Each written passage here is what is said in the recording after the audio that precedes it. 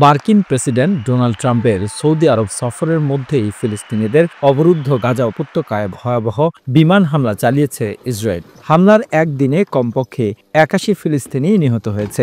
এর মধ্যে একটি হাসপাতালে বোমা বর্ষণের নিহত হয়েছে অন্তত ৩০ জন। সংবাদ মাধ্যম আল জাজিরার এক প্রতিবেদনে তথ্য জানানো হয়।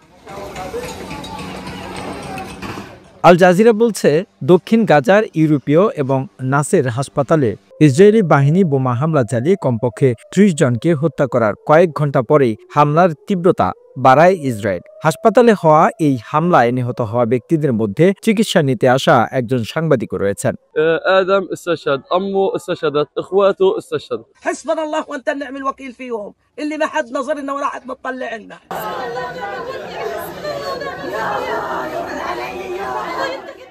এ নিয়ে ২০২৩ সালের অক্টোবর থেকে ইসরায়েলের গণহত্যামূলক যুদ্ধে নিহত ফিলিস্তিনিদের সংখ্যা বেড়ে কমপক্ষে ৫২,৯০৮ জনে পৌঁছেছে। আহত হয়েছে আরও ১,১৯,৭২১ জন।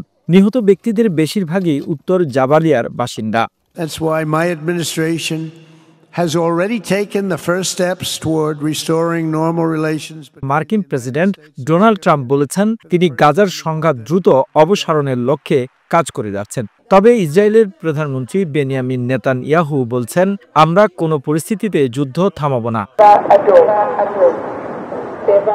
২০২৩ সালের ৭ অক্টোবর ফিলিস্তিনের স্বাধীনতাকামী সশস্ত্র সংগঠন হামাস ইসরায়েলের হামলা চালায়। এতে আনুমানিক ১,১৩৯ জন নিহত হন এবং ২০০ জনের বেশি মানুষকে জিম্মি করে গাজায় নিয়ে যাওয়া হয়। জবাবে সেদিন থেকেই গাজায় হামলা শুরু করে ইসরায়েল।